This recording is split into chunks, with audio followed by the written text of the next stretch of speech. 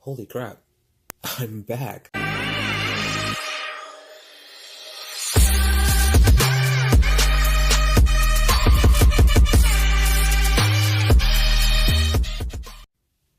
What is up, YouTube? Welcome back to Mind of a Madman. This is Ruben, aka the Madman, and yes, your eyes aren't playing tricks on you. I am back.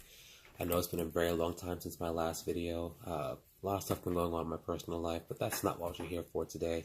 I just want to say a quick shout out to a few people who've joined the party as new subscribers since I've been away, and everyone who's stuck around and been waiting for this video. Glad to see you're still rocking with me. So let's go right into today's topic. So obviously you can read the description of the video. This is going to be my top 5 list of the best anime finales. Now, this is not saying one is better than the other, or just the top 5 list. It can go in any order you like. I'm just going to go through them in the order I see fit. All 5 of these anime are some of my personal favorites, and I think everyone who's watching this video can agree that the ending, whether you like the anime or not, definitely did justice to the series as a whole. So without further ado, we'll get right into number 5.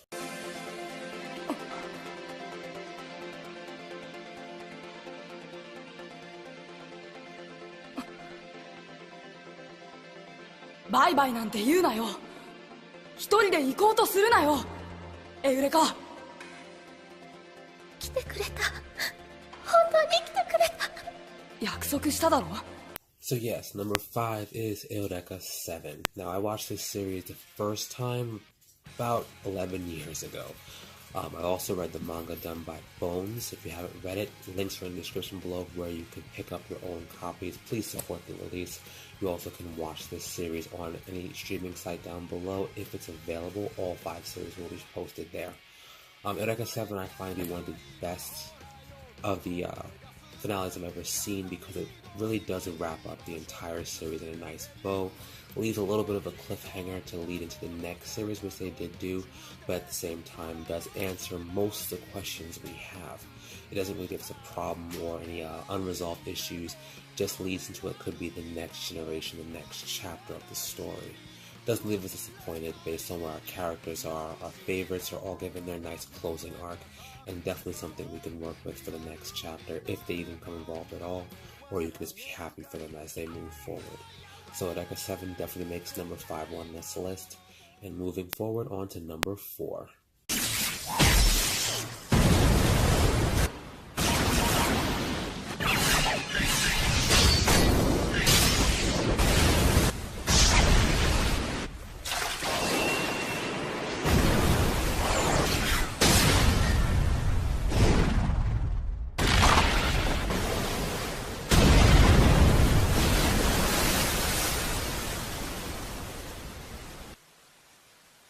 So, number 4 is Naruto Shippuden. Obviously, Naruto has a famous track record for tons and tons of filler.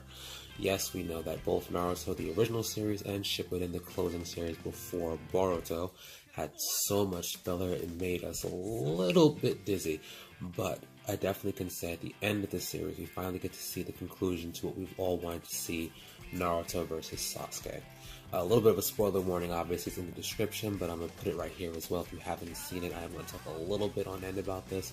When it comes to the end of Naruto Shippuden, everyone was a little disappointed, to say the least, to see Naruto and Sasuke just team up, even though they've been building the hype up for this big one last battle between the two. We finally get to see both of them and all their training come to fruition in one final climactic battle.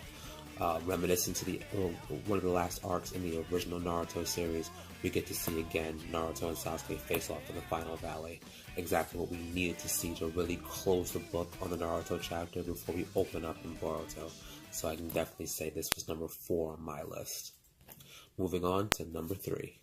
You dumb broad. What about the Sunflower Samurai? Did you finally meet him? You did, huh?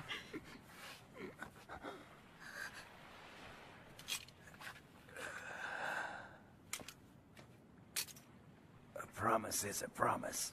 And you and I have some unfinished business to take care of. You're right for once.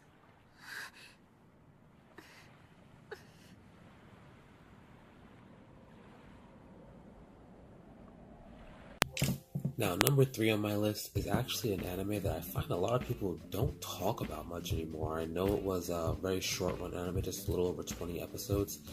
It was, in my opinion, one of the most interesting and unique anime, and that's Samurai Champloo. If you haven't seen it, again, it's definitely one you should check out.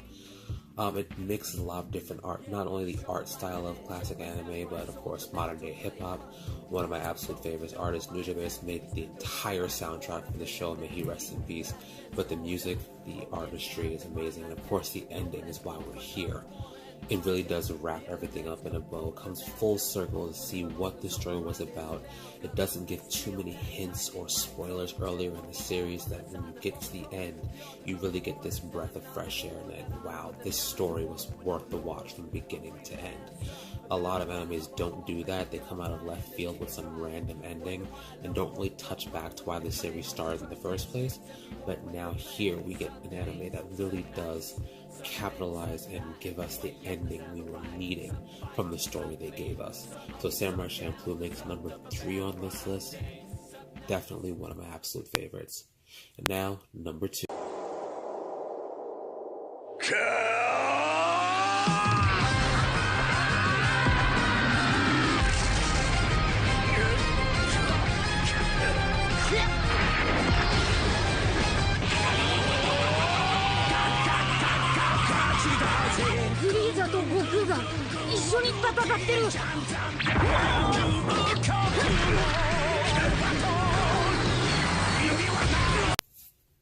That's right. This one made number 2, Dragon Ball Super. Now this one, I left it number 2 for 2 reasons. One, we're not sure if we're actually done with Super just yet. We could get some more after the coming movie in December. We also are getting a Dragon Ball Heroes anime based on the video games. Now they are connected, but they're not the same exact story, same continuity. But we are getting another anime very soon. Dragon Ball Super, hopefully we'll see it come back again next year after the movie ends. But where we left off as the semi-ending, we'll call it, a presumed ending for where it is, Dragon Ball Super ended with one of my absolute most childhood shocking moments that made me smile and shocked at the same time.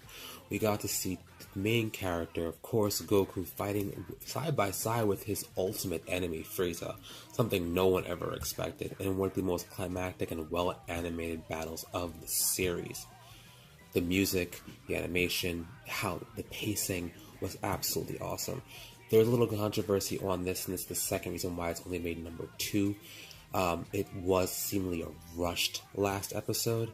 I do think it could have been a bit better if they would have separated off into 2 episodes. I think most reviewers of this episode agree with me when I say they could have made the final battle a full 23-minute episode and then moved on to another epilogue-style episode showing what happens to the characters. The episode we got kind of split in half between the final battle, then this big wish, and then like a montage of an epilogue, which could have been stretched out a little further to give us a little bit more closure. But I like to think that means it's going to be a returning series. We're going to get more out of it in the end. So hopefully that's what it is. But for right now, where Super has left off, I feel it left us with exactly the moment that, you know, shocked our childhoods and brought us into the new generation of Dragon Ball to make us all smile, shocked, excited, and thirsting for more for this new movie in December. So that's why Dragon Ball Super makes number 2. Now, before I go into my number 1 pick for this topic, I do have a few honorable mentions, and here they are now.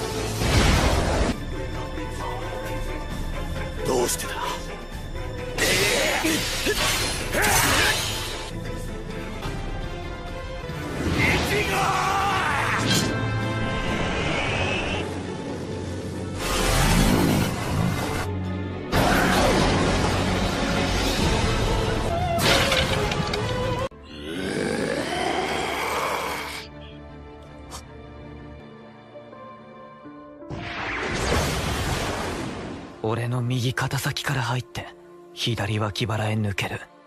即死だな。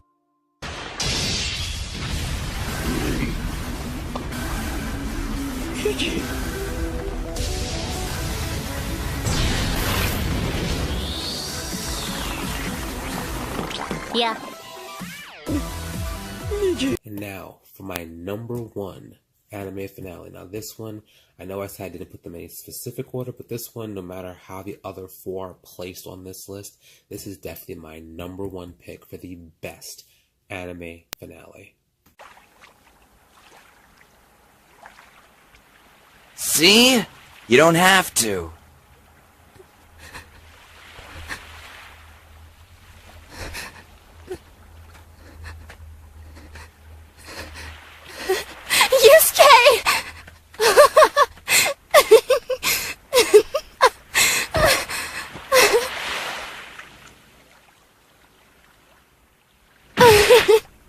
One of us has gotten more athletic since I've been gone.